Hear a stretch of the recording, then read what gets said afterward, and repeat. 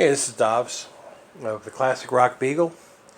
I got the Rock and Roll Hall nominees here for 2022. Oh, by the way, Moser is here.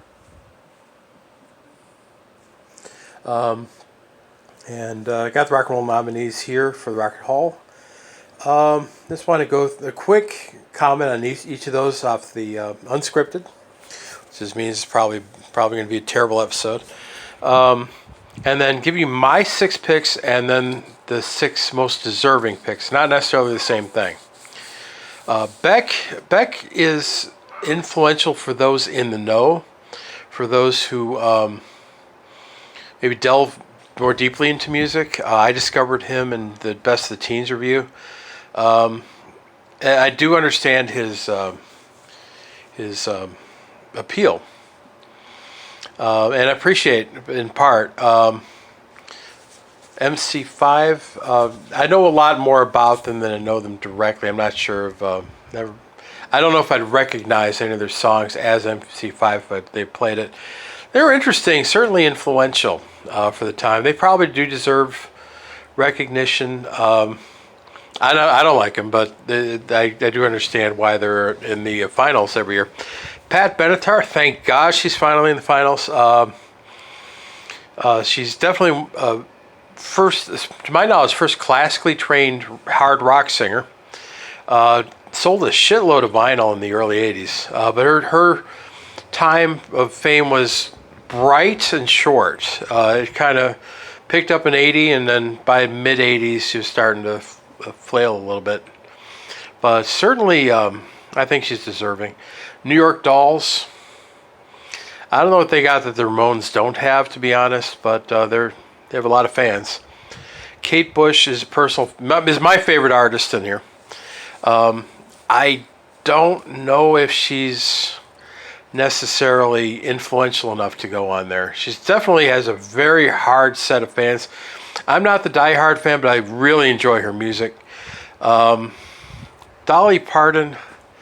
It goes to the old question, what is rock and roll? I don't think Dolly Parton fits. I think you can make a better argument that she's bluegrass than that she's rock and roll.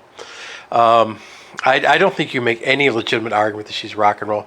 Think of all the great country singers. I'm talking out my ass now. I don't know if any of these are in the Rock and Roll Hall. Is George Jones in there? Is Tanya Tucker in there? Is, I believe... what's her name? Patsy Cline is in there. It depends how country they want to make the Rock and Roll Hall of Fame. I'm against that, but certainly deserving at a lot of levels. I don't enjoy her, but I do understand how important she is in country. Whether or not to put her in there, I don't know. Devo, I like Devo. I don't think they're influential. I think Devo perfectly encapsulates the early 80s, late 70s, early 80s synth revolution. Not that they were always a synth band, but what was going on in music in the 70s and late 70s, early 80s, I think they perfectly encapsulate that. And they certainly made a mark in music. I don't think they were influential, though. Rage needs to be in the Hall. There's subjectively and objectively, Rage absolutely needs to be in the Hall. We see the marriage of hard rock and rap in the late 90s, but it wasn't really there in the early 90s. Rage came, and the only thing that might keep them out is the fact that they were so opinionated. I agree with most of their opinions, but not everybody that votes for the Rock and Roll Hall does. But no, objectively and subjectively, I really like Rage, and they really revolutionized hard rock in the early 90s. You had the Beastie Boys, they were a hard rock band that switched to straight rap, that occasionally would delve into it. But in terms of being a hard rock band that used rap, Rage really encapsulated that, and they influenced even. They were influenced, for example, on Chuck D. Duran Duran. I think they deserve to be in there. There are 2 periods where I liked Duran Duran. That was the Rio, 2 albums actually. There was the Rio album, and then there was that album they had out in the early to mid '90s, and they had their comeback. My first introduction to Duran Duran was the Rio album, so I really was a fan at the beginning. Dropped off as soon as they started really sucking in the mid '80s, but they honestly deserve to be there. They were very successful. They again encapsulated the '83 image-based MTV revolution. They were certainly the poster child for that, and they deserve to be there. I love Lionel Richie. Commodores are one of my favorite bands. You know that from my '70s review. '70s, best decade of all time to me by a ton. Their song was number 4. I think Lionel Richie's his early solo work was very good also. I think he lost something when he left the Commodores. I think the Commodores contributed to what he was doing with the Commodores. But I still thought he wrote some really, really good songs as a solo artist. And his solo career starts, of course, with this song with Diana Ross. I don't know. I mean, I don't think if Chicago started in the '80s, I don't think they'd be in the Rock and Roll Hall of Fame. I think they were in the Rock Hall for what they did in the '60s and early '70s. Lionel Richie belongs. If the Commodores was on here, I would support that 100%. I don't know if Lionel Richie solo belongs on here. Eminem, yeah, he needs to be there. Eminem does deserve to be there. Since they've already started including rap acts, yeah, put him in there. He deserves to be there. Eminem, I like, but to love, I got to be in the mood for him. And if I put on one of his good songs, yeah, I'm bopping to it. But yeah, but objectively, he's very, very influential, and has had the right level of success. He wasn't a sellout until about 2004. Let me take that back. But peak Eminem was a good artist, and he has his moments still. Carly Simon.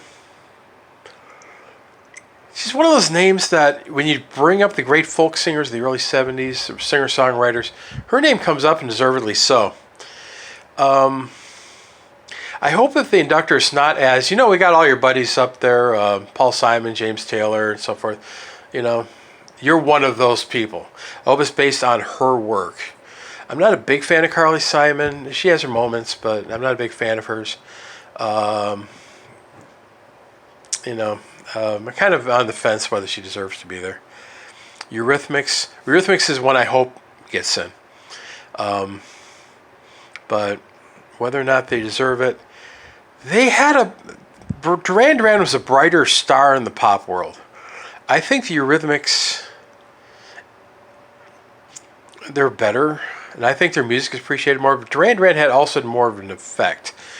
If you look at this, leading up to hair metal, by the way, this is leading up to hair metal.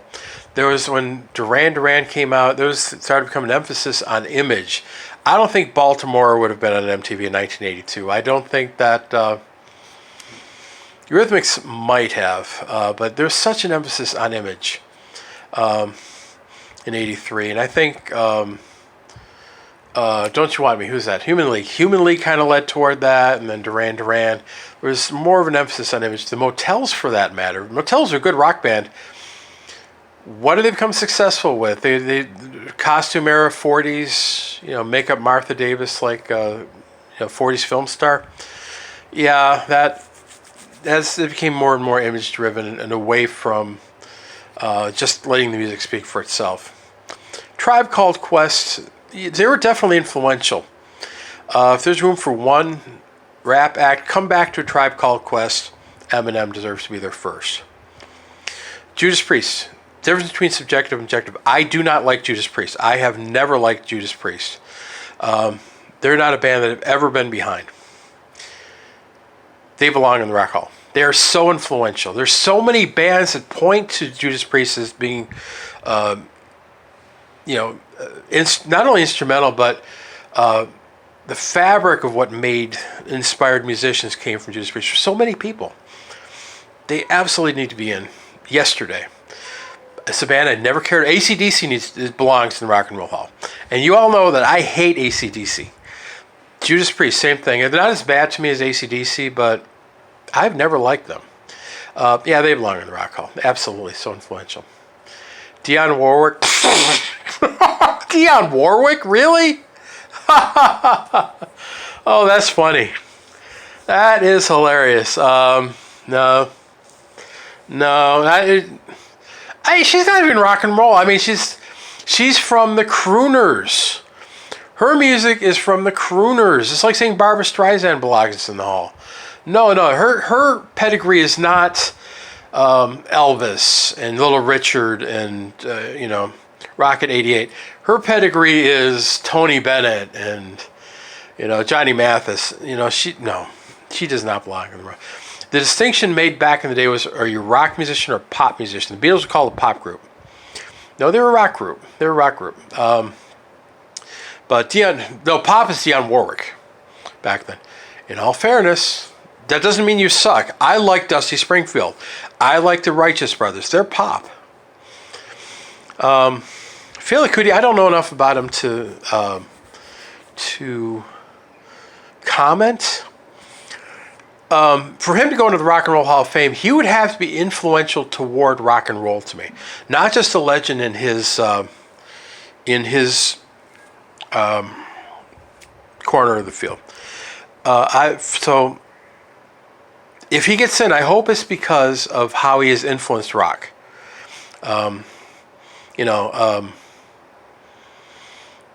What's the guy I reviewed for the One Hit Wonders? The country guy. Can't remember his name. Anyways, Johnny Cash's son-in-law.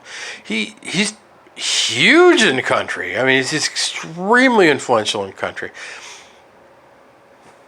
None of that makes him eligible for the Rock and Roll Hall of Fame to me.